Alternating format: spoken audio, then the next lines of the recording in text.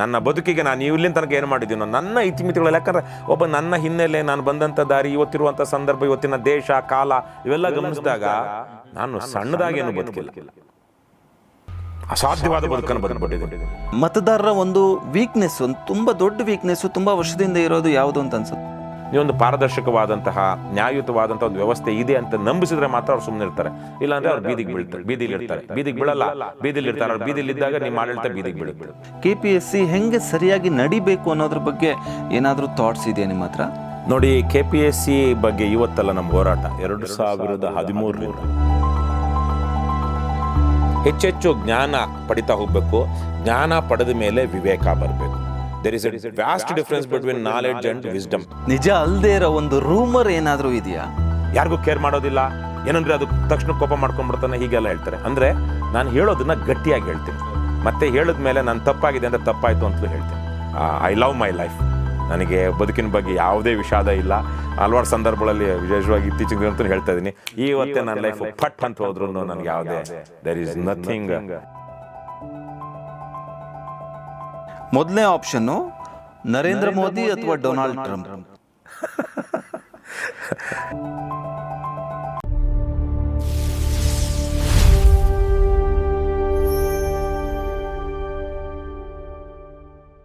ಕೊನೆ ಹೆಸರು 2 ಪದಗಳಲ್ಲಿ ಹೇಳಬೇಕಾಗಿರೋದು ನೀವು. ರವಿಕೃಷ್ಣ ರೆಡ್ಡಿ. ನನ್ನ ಬಗ್ಗೆ ಪರಮ ಆಶಾವಾದಿ. ಪರಮ ಆಶಾವಾದಿ. ಸರ್, ಇನ್ನೊಂದು, ಈ KPSCನಲ್ಲಿ ಆಗ್ತಾ ಇರೋ ಗೋಲ್ಮಾಲ ನಾವೆಲ್ಲ ನೋಡ್ತಾ ಇದ್ದೀವಿ. ನೀವು ಕೂಡ ಅದರ ಅಗೇನ್ಸ್ಟ್ ಆಗಿ ಪ್ರತಿಭಟನೆ ಕೂಡ ಮಾಡಿದ್ರಿ. ಅಂದರೆ KPSCನಲ್ಲಿ ಸರಿಯಾಗಿ ಆಗ್ತಾ ಇಲ್ಲ, ತುಂಬ ಲಂಚ ಇದೆ, ಭ್ರಷ್ಟಾಚಾರ ಇದೆ, ಇದೆಲ್ಲ ನಾವು ಹೇಳ್ತೀವಿ. ಬಟ್ ಇದನ್ನು ಸರಿ ಮಾಡೋದು ಹೆಂಗೆ ಅಂತ ಯಾರಾದರೂ ಯೋಚನೆ ಮಾಡಿದಾರಾ? ಸರ್ಕಾರಿ ಉದ್ಯೋಗಗಳು ಹೆಂಗೆ ಸರಿಯಾಗಿ ಸಿಗಬೇಕು, KPSC ಹೆಂಗೆ ಸರಿಯಾಗಿ ನಡಿಬೇಕು ಅನ್ನೋದ್ರ ಬಗ್ಗೆ ಏನಾದರೂ ಥಾಟ್ಸ್ ಇದೆಯಾ ನಿಮ್ಮ ಹತ್ರ? ನೋಡಿ, KPSC ಬಗ್ಗೆ ಇವತ್ತಲ್ಲ ನಮ್ಮ ಹೋರಾಟ. 2013ರಿಂದ ನಿಮ್ಗೆ ಗೊತ್ತಿರ್ಬೋದು. ಆವಾಗ 2013ರ ಬ್ಯಾಚ್ನ ಏನು ತಹಸೀಲ್ದಾರು, AC, DYSPಗಳ ನೇಮಕಾತಿಯಲ್ಲಿ ಸಾಕಷ್ಟು ಭ್ರಷ್ಟಾಚಾರ ನಡೆಯಿತು. ಅಲ್ಲಿ ಗೋನಾಳ್ ಭೀಮಪ್ಪ ಅನ್ನುವಂಥ KPSC ಚೇರ್ಮನ್ನು ಮತ್ತು ಮಂಗಳಾ ಶ್ರೀಧರ್ ಅನ್ನುವಂತಹ ಒಬ್ಬ KPSC ಸದಸ್ಯ ಸೇರಿದಂತೆ ಅವರೆಲ್ಲ KPSC ಮೆಂಬರ್ಸೇ ಭ್ರಷ್ಟಾಚಾರದಲ್ಲಿ ಮುಳುಗಿದ್ರು ಅಂತೇಳಿ ಭಾಳ ದೊಡ್ಡ ಹಗರಣಗಳು ಹೊರಗೆ ಬಂತು. ಸ್ಟಿಂಗ್ ಆಪರೇಷನ್ಗಳಾಯಿತು, TVಗಳಲ್ಲಿ ಬಂತು. ಆವಾಗ ಸಿದ್ದರಾಮಯ್ಯನವರು ಮುಖ್ಯಮಂತ್ರಿ ಆಗಿದ್ದರು. ಅವರು ಅದಕ್ಕೆ CID ತನಿಖೆ ಮಾಡಿಸಿದ್ರು. ಆ CID ತನಿಖೆಯ ವರದಿಗಳನ್ನು ಪ್ರಜಾವಾಣಿ ಪತ್ರಿಕೆಯಲ್ಲಿ ನಿರಂತರವಾಗಿ ಒಂದಷ್ಟು ಸೋರ್ಸ್ಗಳನ್ನು ಉಲ್ಲೇಖಿಸಿ KPSC ಹಗರಣ ಅಂತೇಳಿ ಸುದೀರ್ಘ ಸರಣಿ ಲೇಖನಗಳು ಬಂತು. ಆ ಸಂದರ್ಭದಲ್ಲಿ ನಾನು ಲೋಕಸತ್ತಾ ಪಕ್ಷದಲ್ಲಿದ್ದೆ. ಸುಮಾರು 11 ಹೋರಾಟಗಳನ್ನು ಕಟ್ಟಿದ್ವಿ.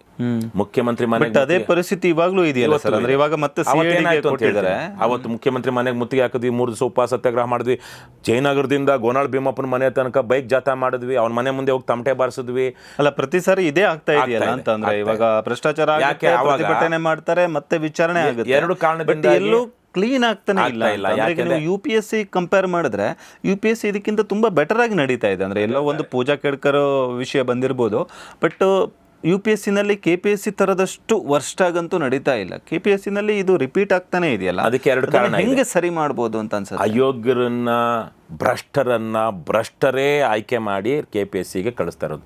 ಇವತ್ತು ಅವನು HN ಕೃಷ್ಣ ಅಂತ ಜೈಲಿಗೆ ಹೋಗಿ ಬಂದ, ಅವನು KPSC ಚೇರ್ಮನ್ ಆಗಿದ್ದವನು. ಅವನು ಜೈಲಿಂದ ಬಿಡುಗಡೆ ಆದಾಗ ಕರ್ಕೊಂಡು ಬಂದವ್ರು ಯಾರು ಗೊತ್ತಾ? ಕುಮಾರಸ್ವಾಮಿ. ಅಲ್ಲಿ ಏನೇನು ಲಿಂಕ್ಗಳಿರ್ಬೋದು ಅಂತ ಯೋಚನೆ ಮಾಡಿ. ಅದಾದಮೇಲೆ ಗೋನಾಳ್ ಭೀಮಪ್ಪ ಆದ, ಅವನಿಗೂ ಜೈಲು ಅದೇನು ಸಿಕ್ಕಾಪಟ್ಟೆ ಕಷ್ಟ ಆಯಿತು. ಆತ ಪ್ರಧಾನ ಕಾರ್ಯದರ್ಶಿ ಆಗಿದ್ದ, ಆತ ನಮ್ಮ ರಾಜ್ಯದ IAS ಆಫೀಸರ್ ಆಗಿ. ಅದಾದ ನಂತರ ಶ್ಯಾಮ್ ಭಟ್, ಒಬ್ಬ ಭ್ರಷ್ಟಾಚಾರದ ಪರಮಾವಧಿ ಅನ್ನುವ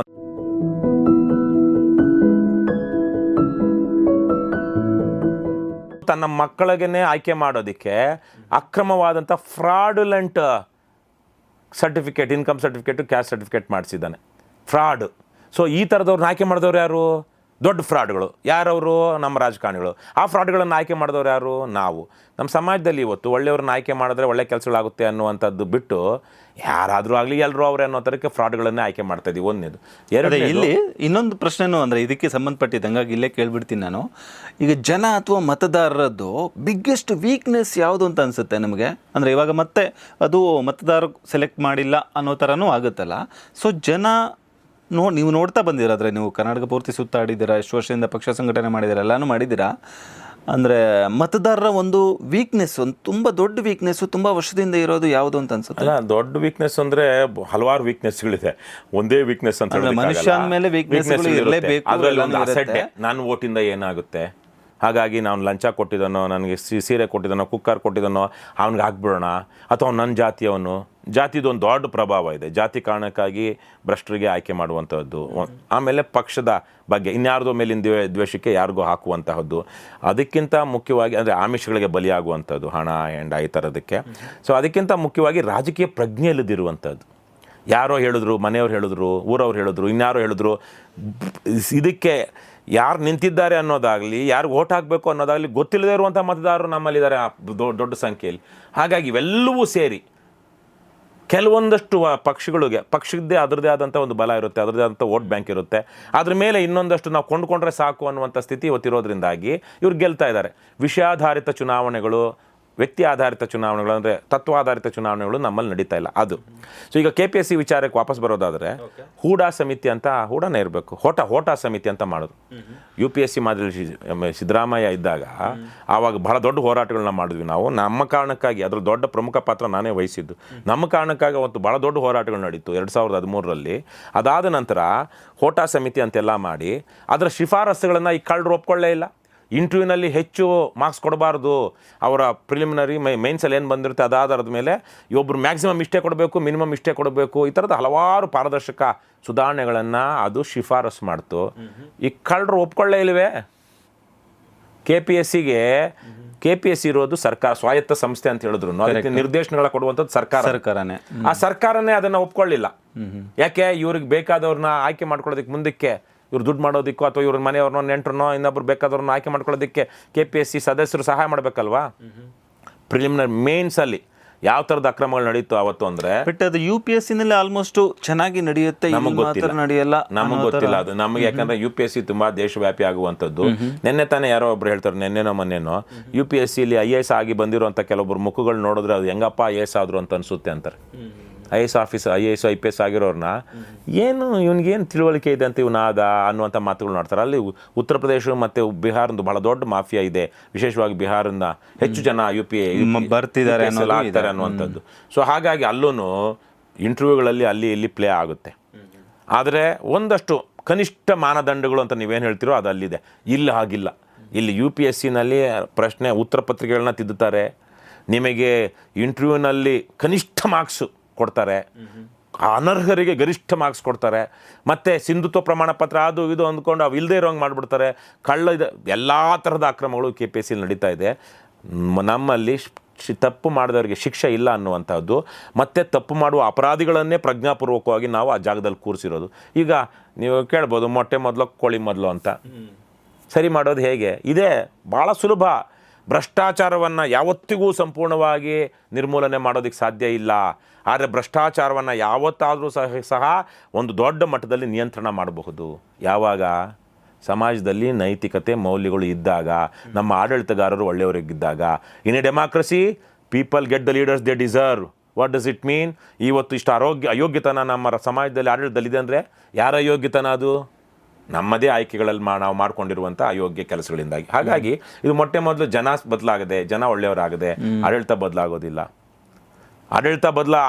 ಆಡಳಿತ ನಡೆಸ್ತಿರುವಂಥವ್ರು ಯಾರಾದ್ರೂ ಸಮಾಜದಲ್ಲಿ ಮೌಲ್ಯಗಳನ್ನ ಬಿತ್ತೋದಕ್ಕೆ, ಈಗ ನನ್ನ ಹಾಗೆ ನೇರವಾಗಿ ಇದು ತಪ್ಪು ಅಂತ ಹೇಳುವಂಥ ಎಷ್ಟು ರಾಜಕಾರಣಿಗಳಿದ್ದಾರೆ ಸಮಾಜದಲ್ಲಿ. ಈಗ ಮಹಾತ್ಮ ಗಾಂಧೀಜಿ ಕೇರೆ ಮಾಡಲಿಲ್ಲ, ಅವರು ತಪ್ಪನ್ನು ತಪ್ಪು ಅಂತ ಇದ್ರು. ನಮ್ಮದೇ ದೇಶದ ಜನ ಅಲ್ಲಿ ಹೋರಾಟದಲ್ಲಿದ್ದಾಗ, ಅಲ್ಲಿ ಬೆಂಕಿ ಇಟ್ಟಾಗ, ಚೌರಾಚೌರಿ ಆದಾಗ ಅವರು ಇಡೀ ಹೋರಾಟವನ್ನೇ ಹಿಂತೆಗೆದುಕೊಂಡ್ರು, ಉಪವಾಸ ಕೂರ್ತಾಯಿದ್ರು. ಯಾರೋ ತಪ್ಪು ಮಾಡಿದ್ದಾರೆ, ನಮ್ಮ ಹೋರಾಟದಿಂದಾಗ ಯಾರಿಗೂ ಅನ್ಯಾಯ ಆಗಿದೆ ಅಂದರೆ ನೇರವಾಗಿ ಜನರ ತಪ್ಪುಗಳನ್ನು, ಅಸ್ಪೃಶ್ಯತಾ ಆಚರಣೆ ಮಾಡ್ತಾ ಇದ್ದದ್ದನ್ನು ಇದು ತಪ್ಪು, ಅಮಾನವೀಯ ಅಂತ ಹೇಳಿದ್ರು. ಇವತ್ತಿನ ರಾಜಕಾರಣಿಗಳು ಜಾತಿ ವಿಚಾರಕ್ಕಾಗಲಿ, ಕೋಮು ವಿಚಾರಕ್ಕಾಗಲಿ ಇದು ತಪ್ಪಪ್ಪ, ಇದು ಸತ್ಯ, ಇದು ಅಪಚಾರ ಅಂತ ಮಾತಾಡ್ತಾರಾ? ಜಾತಿಯ ದುರ್ಭಾವನೆಗಳನ್ನ ಬಿತ್ತಾರೆ, ಕೋಮು ದುರ್ಭಾವನೆಗಳನ್ನ ಬಿತ್ತಾರೆ. ಯಾಕೆ? ವೋಟ್ ಬರಲಿ, ಗೆಲ್ಲೋಣ ಅಂತ. ಹಾಗಾಗಿ ನಮ್ಮನ್ನು ಮುನ್ನಡೆಸ್ತಿರುವಂಥವರಿಗೆ ಹಾಗಾದರೆ ಇದು ಏನು ಸರಿ ಹೋಗೋದೇ ಇಲ್ಲ ಅಂತ ಅನಿಸ್ತಿದೆಯಾ ನಿಮಗೆ? ಯಾಕೆ? ಇದೊಂದು ಒಂದು ಒಂದು ಒಂದು ಒಂದು ಸೈನ್ ವೇವಲ್ಲಿ ಅಪ್ ಪೀಕು ಡೌನ್ ಅಂತಿರುತ್ತಲ್ಲ, ಇದೊಂದು ಪೀಕಿಗೆ ಬಂದಿದೆ. ಇನ್ನು ಕೆಲವೇ 2-3 ವರ್ಷದಲ್ಲಿ ದೇಶಾದ್ಯಂತ ಏನೇನೋ ನಡೆಯುತ್ತೆ. ಒಂದು ಬರ ಬಂದು, ಒಂದು ಯಾವುದೋ ಒಂದು ಇಂಡಸ್ಟ್ರಿ ಅಥವಾ ಎಕಾನಮಿ ಬಿದ್ದು, ಇನ್ನೊಂದೇನೋ ಆದಾಗ ಜನ ಬೀದಿಗಿಳಿತಾರೆ, ಅದೇನೇನಾಗುತ್ತೋ ಗೊತ್ತಿಲ್ಲ. ನಾವು ಪಕ್ಕ ದೇಶದಲ್ಲೇ ನೋಡಿದ್ದೀವಲ್ಲ. ಹಾಗಾಗಿ ನಾನು ಕೇವಲ ನರೇಂದ್ರ ಮೋದಿಯವರ ಸರ್ಕಾರ, ಅವ್ರ ಸರ್ಕಾರ, ಇವ್ರ ಸರ್ಕಾರ ಅಂತ ಹೇಳ್ತಿಲ್ಲ. ರಾಜ್ಯ ಸರ್ಕಾರದಲ್ಲಿ ಯಾವ ರಾಜ್ಯ ಸರ್ಕಾರ ಇವತ್ತು ನಮಗೆ ಹೆಮ್ಮೆ ಬರುವಂಥ, ಕರ್ನಾಟಕ ಬಿಡಿ, ತಮಿಳುನಾಡು, ಆಂಧ್ರ, ಯಾವುದಾದ್ರೂ ಇರಲಿ, ಯಾವ ರಾಜ್ಯ ಸರ್ಕಾರ ಜನರಿಗೆ ದೀರ್ಘಕಾಲ ಆಡಳಿತ ನಡೆಸಿರುವಂಥವ್ರು ಹೆಮ್ಮೆ ಹುಟ್ಟಿಸುವಂತಹ ವಿಶ್ವಾಸ ಅವರು ಇರುವಂತಹ ಸರ್ಕಾರಗಳಾಗಿವೆ. ಅವನು ಸರಿ ಇಲ್ಲ ಅಂತ ಇವ್ನಿಗೆ ಹಾಕಿದ್ದಾರೆ, ಇವ್ನು ಸರಿ ಇಲ್ಲ ಅಂತ ಅವ್ನಿಗೆ ಹಾಕಿದ್ದಾರೆ, ಅದು ಯಾವುದೋ ಭ್ರಮೇಲಿ ಹಾಕಿದ್ದಾರೆ. ಆದರೆ ಅವರು ನಿಜಕ್ಕೂ ಅದನ್ನು ಸಾಧನೆ ಮಾಡೋಕ್ಕಾಗಿದೆಯಾ? ಇಲ್ಲ. ಹಾಗಾಗಿ ಎಲ್ಲ ಕಡೆಯೂ ಇವತ್ತಲ್ಲ ನಾಳೆ ಜನ ತಿರುಗಿ ಬೀಳ್ತಾರೆ. ಆ ಆಸ್ಪಿರೇಷನ್ಸ್, ವಿಶೇಷವಾಗಿ ಯಂಗ್ ಜನ್ರೇಷನ್ಸ್, ಯುವಜನರ ಆಸ್ಪಿರೇಷನ್ಸು, ಆಕಾಂಕ್ಷೆಗಳೇನಿದೆ ಅದನ್ನು ಮೀಟ್ ಮಾಡೋದಕ್ಕೆ ಆಗದಿರುವಂಥ ಸಂದರ್ಭ ಬಂದಿದೆ.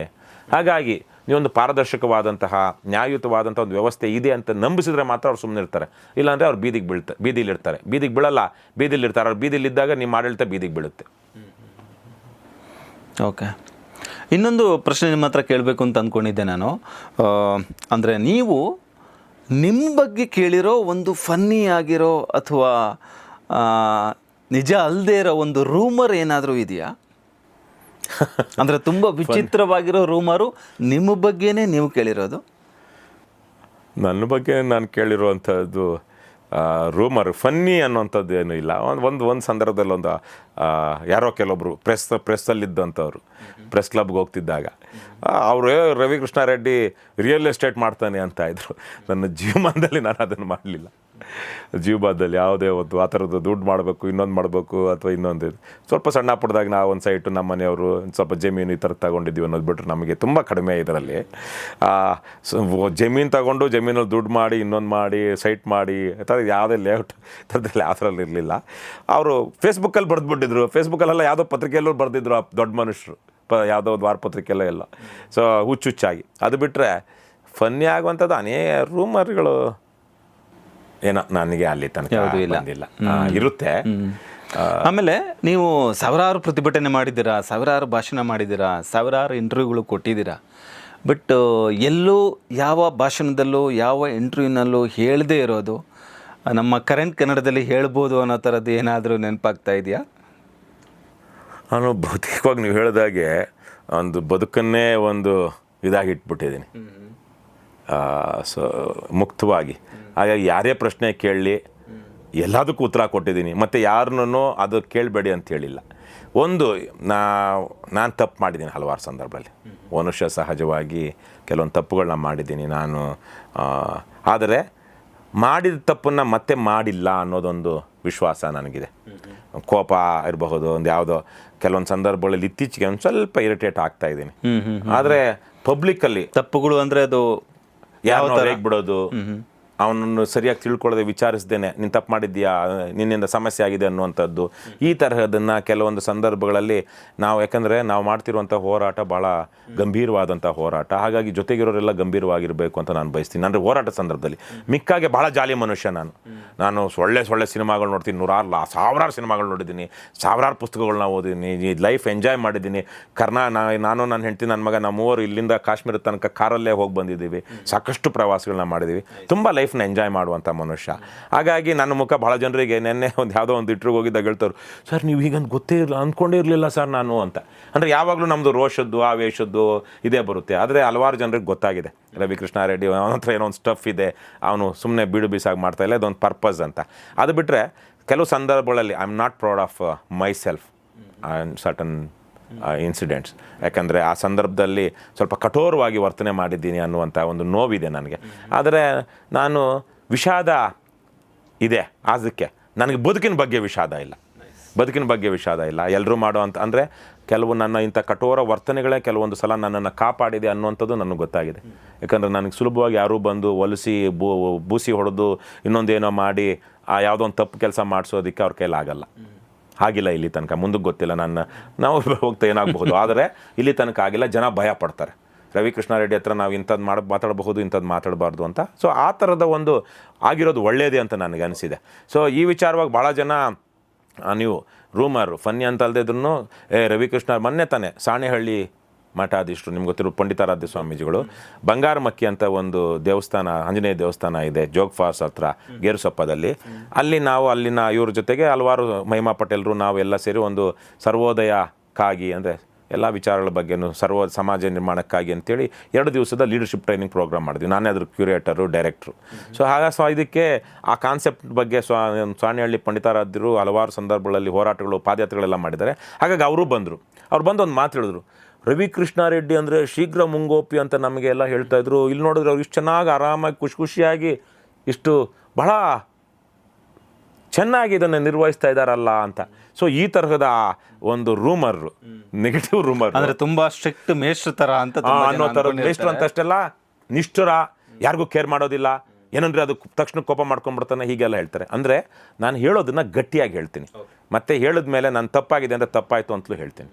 ಆದರೆ ಭಾಳ ಸಂದರ್ಭಗಳಲ್ಲಿ ಇವತ್ತು ನಮ್ಮ ಹಾಗೆ ಸೀರಿಯಸ್ ಆಗಿ ತಗೊಂಡಿಲ್ಲ ರಾಜಕಾರಣವನ್ನು ಭಾಳ ಜನ. ಅಂದರೆ JCB ಪಾರ್ಟಿಗಳವರು ಭಾಳ ಸೀರಿಯಸ್ ಆಗಿ ತೊಗೊಂಡಿದ್ದಾರೆ. ಆದರೆ ಹೋರಾಟಗಳಲ್ಲಿರುವಂಥವ್ರು ಚುನಾವಣಾ ರಾಜಕಾರಣವನ್ನು ಸೀರಿಯಸ್ ಆಗಿ ತೊಗೊಂಡಿಲ್ಲ.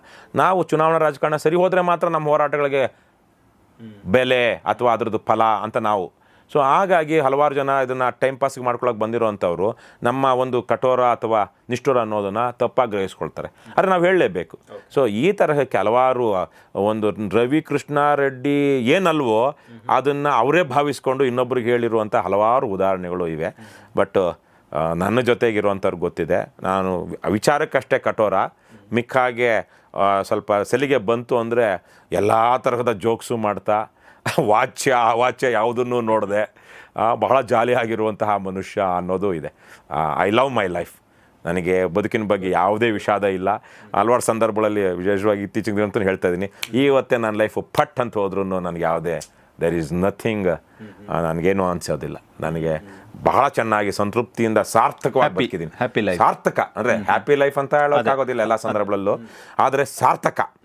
ನನ್ನ ಬದುಕಿಗೆ ನಾನು ಇಲ್ಲಿನ ತನಕ ಏನು ಮಾಡಿದ್ದೀನೋ ನನ್ನ ಇತಿಮಿತಿಗಳಲ್ಲಿ, ಯಾಕಂದರೆ ಒಬ್ಬ ನನ್ನ ಹಿನ್ನೆಲೆ, ನಾನು ಬಂದಂಥ ದಾರಿ, ಇವತ್ತಿರುವಂಥ ಸಂದರ್ಭ, ಇವತ್ತಿನ ದೇಶ ಕಾಲ ಇವೆಲ್ಲ ಗಮನಿಸಿದಾಗ ನಾನು ಸಣ್ಣದಾಗೇನು ಬದುಕಿಲ್ಲ, ಅಸಾಧ್ಯವಾದ ಬದುಕನ್ನು ಬದುಕ್ಬಿಟ್ಟಿದ್ದೀನಿ. ಸೊ ಈ ಸಂದರ್ಭದಲ್ಲಿ ಒಂದು ಸಣ್ಣ ಮೈಂಡ್ ಗೇಮ್ ಆಡೋಣ ಅಂತ ಇನ್ನೊಂದು, ಅಂದರೆ ಇದು ಅದೇ ಬೇಕು ಇದೇ ಬೇಕು ಅಂತ ಒಂದು ಗೇಮು. ಅಂದರೆ ಇದರಲ್ಲಿ ಏನಿಲ್ಲ, 2 ಆಪ್ಷನ್ ಕೊಡ್ತೀನಿ, ಆ 2 ಆಪ್ಷನಲ್ಲಿ ಒಂದು ಆಪ್ಷನನ್ನು ಮಾತ್ರ ನೀವು ಚೂಸ್ ಮಾಡ್ಬೋದು, 2ರಲ್ಲಿ ಒಂದು ಆಪ್ಷನನ್ನು ಚೂಸ್ ಮಾಡ್ಬೋದು ಅನ್ನೋ ಥರದ್ದು. ಒಂದು 5-6 ಆಪ್ಷನ್ಗಳಿದೆ ಇದರಲ್ಲಿ. ಮೊದಲನೇ ಆಪ್ಷನ್ನು ನರೇಂದ್ರ ಮೋದಿ ಅಥವಾ ಡೊನಾಲ್ಡ್ ಟ್ರಂಪ್. ನರೇಂದ್ರ ಮೋದಿ ಅವರಾದರೂ ವಾಸಿ. ಪ್ರಾದೇಶಿಕ ಪಕ್ಷ ಅಥವಾ ರಾಷ್ಟ್ರೀಯ ಪಕ್ಷ. ಭಾರತಕ್ಕೆ ಪ್ರಾದೇಶಿಕ ಪಕ್ಷಗಳು ಇದ್ದರೆ ಒಳ್ಳೆಯದು. ಕ್ಯಾಮ್ರಾ ಅಥವಾ ಪೇಪರ್. ಇದು ಸ್ವಲ್ಪ, ನೀವು ವಿಕ್ರಾಂತ್ ಕರ್ನಾಟಕ ಅಂತಾನೂ ಒಂದು ಪೇಪರ್ ವಾರಪತ್ರಿಕೆ ಮಾಡಿದ್ದೆ. ಹೌದು. ಇದು ಪೇಪರ್ ಯಾಕೆ ಅಂದರೆ ಅಲ್ಲಿ ನಾವು ಕ್ಯಾಮ್ರಾ ಅಂದರೆ ಎಲ್ರಿಗೂ ತೋರಿಸ್ಬೇಕು, ಮಾಡಬೇಕು, ತಂತ್ರಜ್ಞಾನ ಅವಲಂಬನೆ ಇರುತ್ತೆ ಬೇರೆ ಬೇರೆ ಕಾರಣಗಳಿಂದಾಗಿ. ಆದರೆ ಪೇಪರು ತುಂಬ ಸರಳವಾದದ್ದು, ಮತ್ತು ನಾವು ಯಾರಿಗೂ ತೋರಿಸ್ದೇನೆ ಬರೀಬಹುದು, ಮತ್ತು ಅದು ಪೇಪರಿಗೆ ಬರವಣಿಗೆ ಅದರದ್ದೇ ಆದಂತಹ ಒಂದು ಕಾನ್ಸಂಟ್ರೇಷನ್ ಇರುತ್ತೆ. ಸೊ ಕ್ಯಾಮರಾ ಮತ್ತು ಪೇಪರ್ ಬಂದರೆ ಪೇಪರ್ ಸೆಲೆಕ್ಟ್ ಮಾಡ್ತೀರಾ ನೀವು. ಕನ್ನಡ ಮತ್ತು ಇಂಗ್ಲೀಷ್. ಕನ್ನಡ, ಅದರಲ್ಲಿ ಆಯ್ಕೆನೇ ಇಲ್ಲ. ಅದರಲ್ಲಿ ಹೋರಾಟಗಾರ ಅಥವಾ ಪೊಲಿಟಿಷಿಯನ್. ರಾಜಕಾರಣಿ. ರಾಜಕಾರಣಿ. ನಮ್ಮನ್ನು ಜನ ಹೋರಾಟಗಾರರು ಅಂದ್ಕೊಂಡಿದ್ದಾರೆ. ಇಲ್ಲ, ನಾವು ಮಾಡ್ತಿರೋದು ರಾಜಕಾರಣ. ನಾವು ಮಾಡ್ತಿರೋದು ಒಳ್ಳೆ ರಾಜಕಾರಣ. ಕೆಟ್ಟ ರಾಜಕಾರಣದ ಸಂದರ್ಭ ಇರೋದ್ರಿಂದಾಗಿ ನಾವು ಮಾಡ್ತಿರೋದು ಹೋರಾಟ ಅಂತ ಅನ್ನಿಸ್ತಾ, ಅಂದರೆ ಪ್ರತಿಭಟನೆ, ವಿರೋಧ ಅಂತ ಅನ್ನಿಸ್ತಾ ಇದ್ದಾರೆ. ನಾವು ಇವತ್ತು ಜನರಿಗೆ ಚೈತನ್ಯ ತುಂಬುವಂತಹ, ಜನರು ತಮ್ಮ ಹಕ್ಕುಗಳನ್ನು ಕೇಳುವಂತಹ ಒಂದು ರಾಜಕೀಯ ಹೋರಾಟವನ್ನು ಮಾಡ್ತಾ ಇದ್ದೀವಿ. ಸೊ ಅಂದರೆ ರಾಜಕಾರಣದಲ್ಲಿ ಹೋರಾಟ ಮಾಡ್ತಿದ್ದೀರಾ ಅನ್ನೋ ರಾಜಕಾರಣದಲ್ಲಿ ಹೋರಾಟ ಮಾಡ್ತಿದ್ದೀವಿ ಅಷ್ಟೇ. Thank you sir. ತುಂಬ ವಿಷಯಗಳ ಬಗ್ಗೆ ನಾವು ಮಾತಾಡಿದ್ವಿ. ಕೊನೆಯಲ್ಲಿ ಅಂದರೆ ನಮ್ಮ ಕರೆಂಟ್ ಕನ್ನಡದ ವೀಕ್ಷಕರಿಗೆ ಅಂದರೆ ಈ ಮಾತುಕತೆ ಹೆಂಗೆ ಅನ್ನಿಸ್ತು ಅಥವಾ ಜನಕ್ಕೆ ಏನು ಹೇಳಬೇಕಾಗಿದೆ ಅದನ್ನು ಒಂದು 2 ಮಾತುಗಳಲ್ಲಿ ಹೇಳಿ. ಬಂಧುಗಳೇ ಮತ್ತು ಕರೆಂಟ್ ಕನ್ನಡದ ವೀಕ್ಷಕರೇ, ಸುಧನ್ವಾ ದೇರಾಜಿ ಅವರು ಗೌರಿ ಶಕ್ಕಿ ಸ್ಟುಡಿಯೋದಲ್ಲಿ ನನ್ನನ್ನು ಸುಮಾರು 1.5 ಗಂಟೆಗಳ ಕಾಲ ಇಂಟರ್ವ್ಯೂ ಮಾಡಿದ್ರು. ಭಾಳ ಒಳ್ಳೊಳ್ಳೆ ಪ್ರಶ್ನೆಗಳನ್ನು ಕೇಳಿದ್ರು. ಮತ್ತು ಈ ತರಹದ ಇಂಟರ್ವ್ಯೂಗಳನ್ನು ಇವತ್ತು ಡಿಜಿಟಲ್ ಮೀಡಿಯಾದಲ್ಲಿ, ವಿಶೇಷವಾಗಿ ಯೂಟ್ಯೂಬ್ ಅಥವಾ ಫೇಸ್ಬುಕ್ ಚಾನಲ್ ಈ ಥರದ್ದೇನಿದೆ ಅದರಲ್ಲಿ ಮಾತ್ರ ಮಾಡೋದಕ್ಕೆ ಸಾಧ್ಯ. ಬೇರೆ ನಾವು ಪಾರಂಪರಿಕ ಮಾಧ್ಯಮಗಳೇನಿದೆ, ಇವತ್ತು ಪಾರಂಪರಿಕ ಮಾಧ್ಯಮಗಳು ಬಹುತೇಕವಾಗಿ ರಾಜಿ ಆಗಿಬಿಟ್ಟಿವೆ. ಅವು ಇವತ್ತು ಇದನ್ನು ಪ್ರಜಾಪ್ರಭುತ್ವವನ್ನು ಬಲಗೊಳಿಸುವಂತಹ ಮಾಧ್ಯಮಗಳಾಗಿ ಉಳ್ಕೊಂಡಿಲ್ಲ. ಪ್ರಜಾಪ್ರಭುತ್ವದ 4ನೇ ಅಂಗ ಅನ್ನುವಂಥದ್ದನ್ನು ಮಾಧ್ಯಮದವರು ಹೇಳ್ಕೊಂಡಿದ್ದಾರೆ, ಅದು 4th ಎಸ್ಟೇಟ್ ಅಂತ. ಆದರೆ ಆ ತರಹದ ಸಂದರ್ಭ ಇವತ್ತಿಲ್ಲ. ಹಾಗಾಗಿ ನೀವು ಇಂತಹ ಮಾಧ್ಯಮಗಳನ್ನು, ಇಂತಹ ವಿಚಾರಗಳನ್ನ ಹೆಚ್ಚೆಚ್ಚು ಪ್ರೋತ್ಸಾಹಿಸಿ. ಬೇರೆ ರೀಲ್ಸು, ಟೈಮ್ ಪಾಸ್ಗೆ ಅವೆಲ್ಲ ಮಾಡಬೇಕು, ಎಂಟರ್ಟೈನ್ಮೆಂಟ್ ಬೇಕು, ಆದರೆ ಜ್ಞಾನವನ್ನು ಪಡಿತಾ ಹೋಗಬೇಕು. ಗಂಭೀರವಾದ ವಿಚಾರಗಳನ್ನು ದಿವಸಕ್ಕೆ ಅರ್ಧ ಗಂಟೆ 1 ಗಂಟೆನಾದ್ರೂ ಒಂದು ಪುಸ್ತಕ ಓದಿ, ಪತ್ರಿಕೆ ಓದಿ, ಪತ್ರಿಕೆಯಲ್ಲಿ ಕೆಲವೊಂದು ವಿಚಾರಗಳು ಭಾಳ ಚೆನ್ನಾಗಿರುತ್ತೆ, ಸುದೀರ್ಘವಾದ ಲೇಖನಗಳನ್ನು ಓದಿ, ಸಾಹಿತ್ಯ ಓದಿ, ಕಾದಂಬರಿಗಳನ್ನು ಓದಿ. ಅದೇ ಥರಕ್ಕೆ ಕರೆಂಟ್ ಕನ್ನಡ ಅಂದರೆ ಇವತ್ತಿನ ವರ್ತಮಾನದ ವಿಚಾರಗಳನ್ನ ಇಟ್ಕೊಂಡು ಚರ್ಚೆ ಮಾಡುವಂತಹದ್ದು, ಅದ್ರ ಬಗ್ಗೆ ಮಾಡುವಂಥ ಕಾರ್ಯಕ್ರಮಗಳನ್ನು ಗಮನಿಸಿ.